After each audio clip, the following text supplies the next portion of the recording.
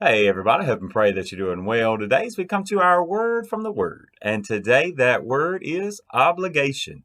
Obligation.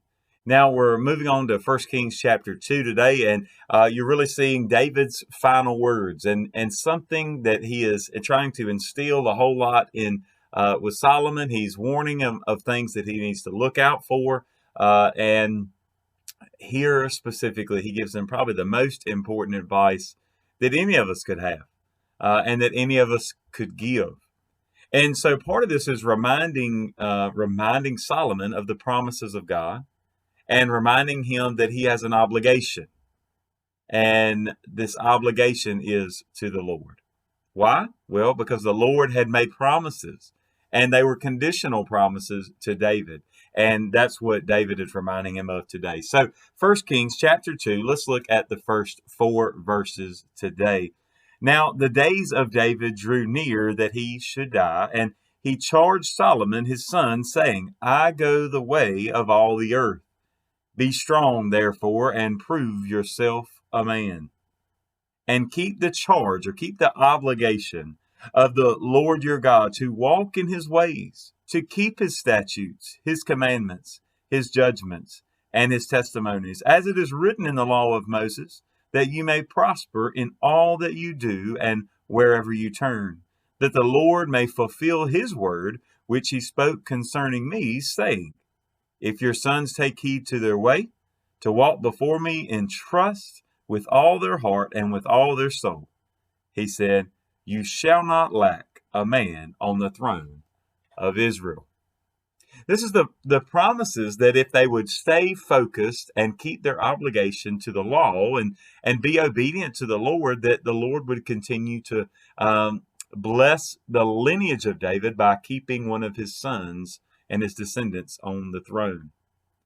Well, little do you know, if you know anything about the Old Testament and the life of Solomon, you know that he brings in a lot of turmoil, and unfortunately, David was a man of war. Solomon was to be the one of peace, but it was the time of peace that brought destruction, and the division of the kingdom, that comes through Solomon, and a lot that he brings in. But we'll get to that in later weeks. The point today is that if Solomon would keep his obligation, keep that charge that he had to God, then God was going to keep his end of the promises. Now, it's such a blessing today to know that there are unconditional promises of God. Those that if we have truly been born again, that he can't lose us, that we have that security of salvation. But at the same time, we also know that those conditional things are, well, if we sin, we can still have to pay the consequences here on earth. I mean, if you lie or cheat or steal, you're going to have to pay the consequences here.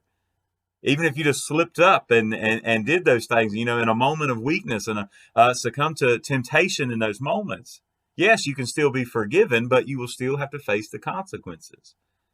Well, the one thing that we know about that too, though, is that if we have been forgiven, that if we are truly his children, then we don't have to pay the eternal punishments of those sins, but we do have to pay the earthly consequences. I think that's something we all struggle with even now, is knowing that we have to face those consequences. Then we think, why in the world did I ever do that? Why didn't I trust the Lord from the beginning? But that's exactly what David was trying to warn Solomon against. If you'll just heed the words of the Lord, if you'll just remember the law, you meditate on it day and night.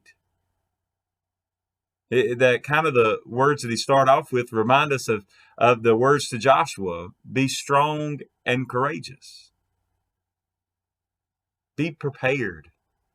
It's not going to be easy. Every time that you have these words giving a difficult command, that's why he says first, be strong. Because it's not easy. But it's still our obligation.